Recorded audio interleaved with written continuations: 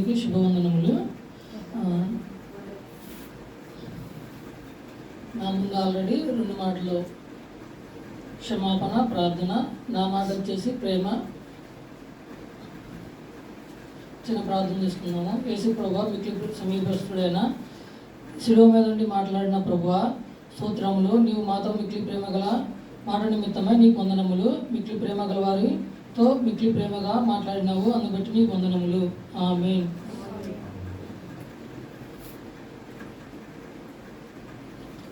నా మాట వచ్చేసి యోహాను 19వ అధ్యాయము 25 నుంచి 27. ఆయన తల్లి సహోదరియు క్లోపా భార్య అయిన మరియు మగ్దలేని మరియు యేసు శిలువ వద్ద నిలుచుండేది. యేసు తన తల్లియు తాను ప్రేమించిన శిష్యుడిని దగ్గర నిలుచుండడం చూసి, అమ్మా, ఇదిగో నీ కుమారుడు అని తన తల్లితో చెప్పాను. తర్వాత శిష్యుని చూసి, ఇదిగో నీ తల్లి అని చెప్పాను. ఆ గడియ నుండి ఆ శిష్యుడు ఆమెను తన ఇంటి చేర్చుకున్నాను. మరి ప్రభు తన తండ్రి గురించి పొందిన ప్రేమను బట్టి, అలాగే మనకిచ్చిన ప్రేమను బట్టి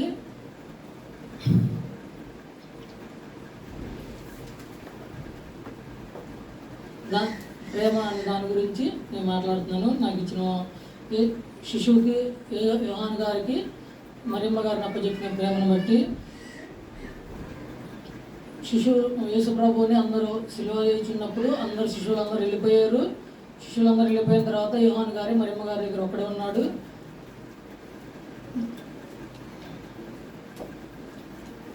దాన్ని బట్టి యోహాను గారు ప్రభు మనకి ఇచ్చిన ప్రేమ అనేది వాళ్ళకి ఏంటంటే, మనం అందరం ప్రేమిస్తున్నాం. పిల్లలు యవనస్తులు ప్రేమిస్తారు, యవనస్తులు వృద్ధులు ప్రేమిస్తారు, తల్లిదండ్రులు ప్రేమిస్తారు. ఆల్రెడీ మనం ప్రవక్త ప్రకటించాడు, మన తోటి వారిని ప్రేమించకపోతే నీ తోటి వారిని ప్రేమించును, నిన్ను వల్ల నీ పరివారు ప్రేమించును. అట్లాగే మనం ప్రతి ఒక్కరిని ప్రేమిస్తామా, దూషిస్తామా? మనం ప్రేమిస్తున్నాం కాబట్టి 2019 ఎంత కరోనా వచ్చినా కానీ ప్రభు మనందరూ ప్రేమించాడు కాబట్టి ఈరోజు మనం అందరం ఇక్కడ కూర్చోగలిగాము. అది దేవుని యొక్క ప్రేమ ఉంది కాబట్టి ఈరోజు మనం మరొక గుడ్ ఫ్రైడే చూస్తున్నాము. అదే మనలాగా ఎంతోమంది ఉన్నారు, ధనికులు ఉన్నారు, మనకన్నా పెద్దవారు గొప్పవారు ఉన్నారు. కరోనా టైంలో ఎంతోమంది చనిపోయారు. అయినా కానీ దేవుడు మనందరూ కృపయించి ఈరోజు ప్రేమని ఉంచాడు కాబట్టి ఈరోజు నిలబడగలం, ఈరోజు కూర్చోగలిగినాం. ఈరోజు అలాగనే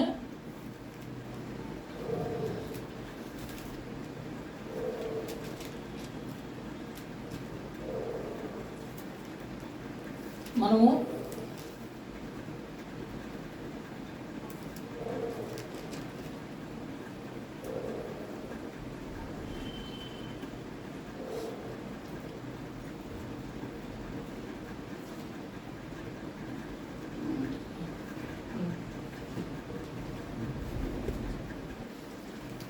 మరి ఇక్కడ 3వ మాట ప్రేమ. మరి సహోదరులు, మరి 3వ మాటలో మరి తను తీసుకున్న అంశము ప్రేమ. యేసుక్రీస్తు ప్రభువారు తన తల్లి ఎడల ఆయన కనబరుచుచు ఉన్న ప్రేమ. మరి గమనించినట్లయితే ఎక్కడ ఉన్నా, భూమి మీద ఉన్నా, గెత్సెమనే తోటలో ఉన్న, సిలువ మీద ఉన్న, ఆయన పని మానలేదు. ఆయన పని మానల. క్రింద ఉన్నప్పుడు ప్రతిదినం ఒలీవల కొండకెళ్ళి ప్రార్థన చేసేవాడు రాత్రికాల సమయంలో. అలాగే సిలువ మీద ఉన్నప్పుడు సైతం కూడా ఆయన ప్రార్థన జరిగిస్తూనే ఉన్నారు.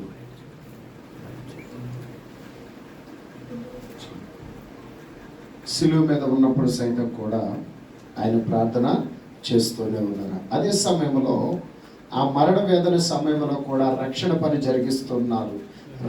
ఆ దొంగని రక్షించారు. అదే సమయంలో సిలువ మీద ఉన్నప్పుడు కూడా తన ప్రేమను, తన బాధ్యతను ఆయన కనబరుచుచున్నారు. నేను మిమ్మల్ని అనాథలుగా విడిచిపెట్టను అని యేసుక్రీస్తు వాగ్దానం చేశారు కదా.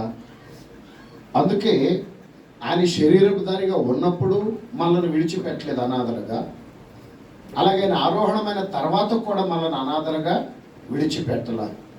ఇక్కడ తన తల్లికి ఆధారమును ఏర్పాటు చేస్తున్నారు.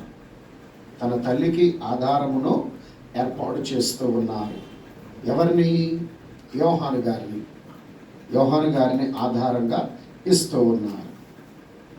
అలాగే యోహాను గారికి తల్లికి ఆధారముగా యోహాను గారిని ఇవ్వడాన్ని బట్టి తల్లి ఎడల ప్రేమను బాధ్యతను ఎలా కనబరిచారో యోహాను గారికి కూడా ఒక భారాన్ని అప్పగిస్తూ ఉన్నారు. యోహాను గారికి భారాన్ని అప్పగిస్తారు. ఏ భారము? యోహాను గారికి అప్పగిస్తున్న భారము తల్లి యొక్క భారం. దీన్ని ఆత్మీయంగా కొంచెం లోతుగా ఆలోచించండి. ఈ లోకంలో స్త్రీ అనబడే వారు సంఘానికి సాదృశ్యము. ప్రకటన గ్రంథం 12వ అధ్యాయంలో సార్వత్రిక క్రైస్తవ సంఘానికి గుర్తుగా ఒక స్త్రీని మనం చూస్తూ ఉన్నాం. 12వ అధ్యాయం 1వ వచనం నుంచి ఆ చరిత్ర ఉంటుంది.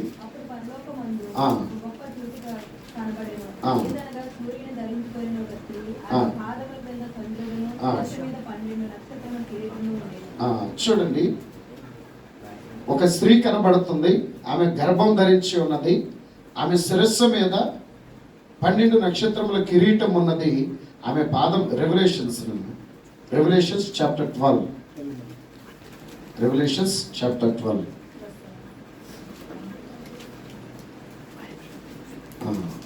అందులో చూస్తే ఒక స్త్రీ ఉన్నది.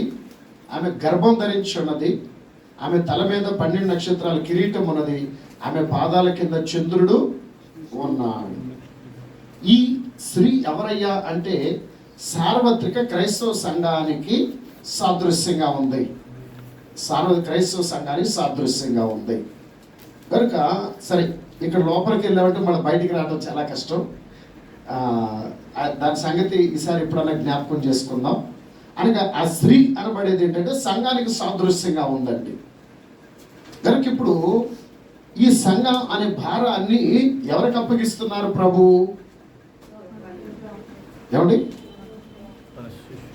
ఈ సంఘం అనే భారాన్ని ఎవరికి అప్పగిస్తున్నారు ప్రభు? కొంతమంది డౌట్గా ఉంది. ఇప్పుడు శిలువ దగ్గర యేసు ప్రభు శిష్యులు ఎవరున్నారు? ఏమండి? అందరూ చెప్పాలి. యోహాను గారే ఉన్నారు. మీరు ఉత్సాహంగా మాట్లాడితే మాకు ఉత్సాహంగా ఉంటుంది. ఇక్కడ చెప్పేవాళ్ళం కూడా మీరు వందనాలు చెప్తే ఎదుటోళ్ళు వందనాలు చెప్పలేదు, మరణాలు చెప్తే మరణాలు చెప్పట్లేదు అనుకోండి, వీళ్ళకి డౌట్ వస్తుంది. వీళ్ళకి ఎక్కడే పెద్ద ఎలక్కాయ పడుతుంది. అందుకని మీరు రియాక్ట్ అవ్వాలా. అంతే అవుతారు కదా. ఎవరున్నారండి యేసుప్రభు శిలువ దగ్గర? యోహాను గారు ఉన్నారు. ఆయనకు అప్పగించిన భారం ఏంటయ్యా అంటే బహిరంగంగా తల్లిని అప్పగిస్తూ ఉన్నారు. ఆత్మీయంగా సంఘం యొక్క భారాన్ని యోహాను గారికి అప్పగించారు యేసుక్రీస్తు. ఎందుకంటే మరి ఆయన మరణించి పరదేశకు వెళ్ళిపోబోతున్నారు కనుక, ఆయన అనాథలుగా విడిచిపెట్టనన్నారు కనుక ఆ భారాన్ని ఆయన పునరుద్ధానుడు అయ్యేంత వరకు ఆ భారాన్ని శిష్యులకు అప్పగించారండి. యోహాను గారికి అప్పగించాడు. మరి మిగిలిన వాళ్ళకి అప్పగించలేదంటే మిగిలిన వాళ్ళు ఆయన విడిచిపెట్టి వెళ్ళిపోయారు కనుక ఆ భారాన్ని పోగొట్టుకున్నారు. క్రీస్తుని చివరి వరకు వెంబడించారు కాబట్టి క్రీస్తు ఆయన భారాన్ని ఆయనకు అప్పగించారు. ఆ తల్లి భారాన్ని ఆయనకు అప్పగించారు. కాబట్టి ప్రియమైన దేవుని బిడ్డలారా, ఈమెకేమో కుమారుడిని ఆధారముగా యోహాను గారిని అప్పగించారు. అలాగే యోహాను గారికి ఏమో సంఘ భారాన్ని అప్పగించారు. అలాగే ఇక్కడ ఇంకొక మాట ఏంటంటే మరియమ్మ గారికి ముందుగానే ప్రవచనం వచ్చింది ఒక ఆయన ద్వారా. ఎవరైనా ఒకసారి నువ్వు ఎవరైనా మరియమ్మ గారికి వచ్చిన ప్రవచనం ఒకసారి లూకాసు వార్త 2వ అధ్యాయం చూడండి. లూకాసు వార్త 2వ అధ్యాయంలో ఎంత 38 ఎంత వచ్చింది? ఎంత? 35వ వచనం. లూకాసు వార్త 2:35 ఒకసారి చూడండి. ఈ హృదయములోనికి ఒక ఖడ్గము దూసుకొని పోవునని ఆయన తల్లి అయిన మరియతో చెప్పాను. సుమియోను అనేటువంటి భక్తుడు మరియమ్మ గారితో, నీ హృదయములోనికి ఒక ఖడ్గము దూసుకొని పోవును అని అన్నారండి సుమియోను గారు. ఎవరితో చెప్తున్న మాట ఇది? క్రీస్తు ప్రభు తల్లి అయిన మరియమ్మ గారితో చెప్తున్న మాట. 8 రోజులు పిల్లోడిని తీసుకొని దేవాలయంలో ప్రతిష్ఠించడానికి తీసుకెళ్తే ఈ సుమియోను గారు ఏమంటున్నాడు? నీ హృదయంలోని ఖడ్గం దూసుకెళ్ళిపోతుంది అంటున్నాడు. ఏమంటాం? అది ఇప్పుడు మనం ఉన్నాం అనుకోండి, ఏమంటాం? ఈ ముసలోడికి మరీ చాదాస్తం ఎక్కువైపోయింది, ఏది పడితే అది మాట్లాడుతున్నాడు, పిల్లోడి ప్రార్థన చేయ అని తీసుకొస్తే నీ హృదయంలోని ఖడ్గం దూసుకెళ్ళింది, నీ కడుపులోని కత్తులు తీసుకెళ్తే ఏంటిది? దేవుని వాక్యంలో భక్తులు చెప్పే ఏ మాట నిరర్థకము కాదు. ప్రతి దానికి ఆత్మీయ అర్థం ఉంటుంది. మనకు అర్థమైతే ప్రభువును స్తుతించాలి, అర్థం కాకపోతే ప్రభువుని అడిగి తెలుసుకోవాలి, లేదా భక్తులను అడిగి తెలుసుకోవాలి. తొందరపడి అపార్థం చేసుకోకూడదండి. ఈ సుమియోను భక్తుడు చెప్తున్న ఈ మాట, ఇదిగో నీ హృదయంలోని ఖడ్గం. ఏంటా ఖడ్గమయ్యా అంటే, ఇప్పుడు శిలువ మీద యేసయ్య పలుకుతున్న మాట, అమ్మా ఇదిగో నీ కుమారుడు, ఇదిగో నీ కుమారుడు. ఏమండి, ఆ తల్లికి తెలియదా? గర్భంలో మోసి కని పెంచిన ఆ తల్లికి తెలియదా? వేలాడుతున్న కుమారుడు, చావు బతుకులో కుమారుడు వేలాడుతుంటే ఇప్పుడు ఆ కుమారుడే ఉన్నాడు, అమ్మా ఇదిగో నీ కుమారుడు అంటున్నాడు. ఎలాగుంటది? ఇప్పుడు ఆమె కుమారుడిగా ఆయన చేర్చుకోవాలి. ఎలాగుంటుంది తల్లికి? కడుపును పుట్టిన కుమారుడు చావు బతుకులో చనిపోబోతున్నప్పుడు ఇంకొక అతను చూపించి కుమారుడికి అంగీకరించాలంటే ఇక్కడున్న తల్లులు ఏ తల్లిని అంగీకరిస్తారా? ఎవరన్నా అంగీకరిస్తారా? కానీ ప్రేమ దేవుని బిడ్డారా, మరియ అంగీకరిస్తుంది యేసు యొక్క మాట. ఆ మాట ఒక ఖడ్గము వంటిది. ఆ మాటే ఖడ్గము వంటిది ఆ మాట. అందుకే సుమియోను గారు అంటారు, అమ్మ నీ హృదయంలోనికి ఒక ఖడ్గం దూసుకొని పోవను. ఈ అమ్మ ఇదిగో నీ తల్లి అనే యేసయ్య చెప్పిన మాటే ఖడ్గము వంటిది. ఇది ఎప్పుడు? యేసయ్య చనిపోయే ముందు 33.5 సంవత్సరాల ముందే ప్రవచిస్తున్నారు సుమియోను గారు. సుమియోను గారు ప్రవచించిన ఈ ప్రవచనం కల్వరి కొండ మీద నెరవేరుతుంది. అమ్మా ఇదిగో నీకు నీ హృదయంలో ఖడ్గం దూసుకెళ్ళిపోతుంది అనే మాట యేసయ్య శిలువ మీద నెరవేరుతుంది. అంటే ఇక్కడ ఖడ్గం యొక్క పని ఏంటి? ఏమండి? ఖండించు. యేసుక్రీస్తు ఈ మాట అనే ఖడ్గము మరియమ్మ గారికి ఆయనకి ఉన్న ఆ శారీరక రక్త సంబంధాన్ని తెంచివేస్తుందని ఖడ్గం అనేది. క్రీస్తుకి మరియమ్మ గారికి ఉన్న తల్లి కుమారుల యొక్క ఆ భూలోక రక్త సంబంధం యొక్క బంధుత్వాన్ని తెంచివేస్తుంది. లేదనుకోండి, అందుకే ఆ మాట తెంచివేసి యోహాను గారిని అప్పగిస్తుంది. తల్లి నుంచి ఈ భూలోక రక్త సంబంధం నుంచి ఆయన ఏమైపోతున్నాడు? వేరైపోతుంది. మాట చేత వేరైపోతుంది. అందుకే లోకం నుంచి, లోక సంబంధమైన ప్రతి స్థితి నుంచి మనం వేరవ్వాలి. వేరవ్వకపోతే దేవునితో ఏకమవ్వలేము. దేవునితో ఏకమవ్వాలంటే లోకముతో, లోకస్తుల నుంచి మనం వేరైపోవాలి. యేసుక్రీస్తు ప్రభు సైతం కూడా తన తల్లితో ఆయన వేరైపోతున్నాడు. ఇదిగో నీ కుమారుడని యోహాను గారికి అప్పగించడం, ఆ మాట ఆ తల్లి హృదయంలో ఖడ్గమోలే ఉండి వారిద్దరు రిలేషన్ని వేరు చేసేస్తుందండి. ఈ ప్రవచనం సుమియోను గారు చెప్పిన ప్రవచనం ఎప్పుడు నెరవేరుతుంది?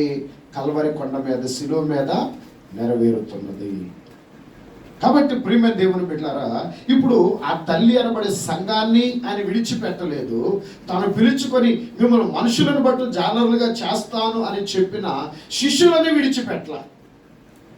శిష్యులకేమో సంఘ భారాన్ని అప్పగించాడు, సంఘమైన స్త్రీకేమో కాపరిగా శిష్యుడిని ఏర్పాటు చేశాడు.